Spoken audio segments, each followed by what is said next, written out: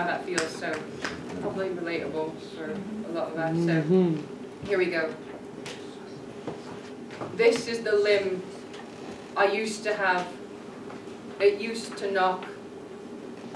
It sits there on gift-wrapped paper in a box. Gleaming cleaver tucked into the flesh. Swift work made of memories that haven't happened yet. A screaming marionette mask. Do you like me now, dull god? My carved-wide dull smiles on either side of the lips. My one arm struggling to pull close the stitch. Abate the seep of the wound. I think it too soon, but the doctor says I risk infection. How he purports to know my dedication, what dog-eared theories I dug up in the afterlife. To know the unknowable, this marked confidence, set tactfully aside to the right in the examination box. Wow.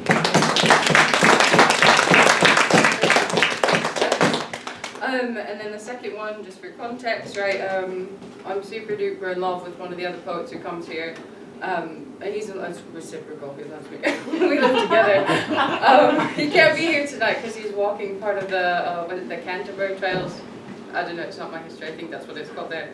Anyway, so we love you get into arguments actually, and I think I reflect on this because when we have our arguments, we really, really talk through things, and by the end of it, you actually feel like something has died and you've reborn and really understood something in a new way that you've never had before. And I like to make metaphor with nature, so this is a poem about having a really productive argument that you actually are glad happened. So, you were propagated when I lopped your head off, when I stood dense in a thicket of your new reasoning faces affronting me.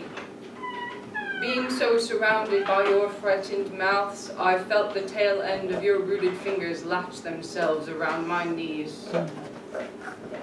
Pulled me in so deep, to the tops of my thick boots in the bog where I'd let the dam breathe.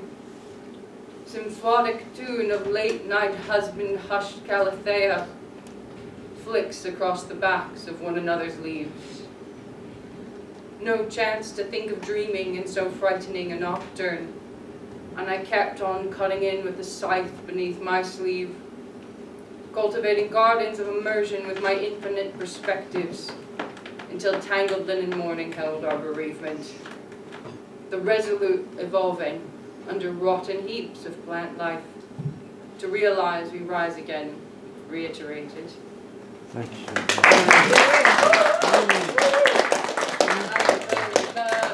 My last one, I've read it before, but I think I probably had more than one glass of wine when I read it, so because what they say, talking in cursive. So I'm going to read it sensibly this time for you guys, so here we are. Before the blind cast stars off the edge of the old ship, I asked the dock hands if I could venture through. Slipping thrice through wet rivulets of waning season, reserve intact, I paddled this ship determinedly. So kind as brothers they let me pass, I remained unmistaken for the standard manifest.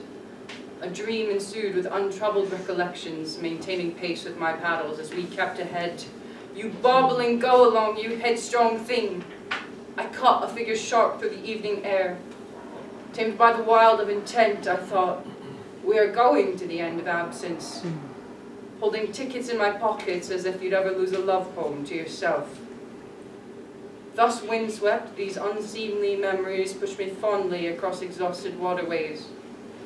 When my own fallow dust gave its way to the water without question, and I was born again, and again, and again. Thank you. Wow. Thank you.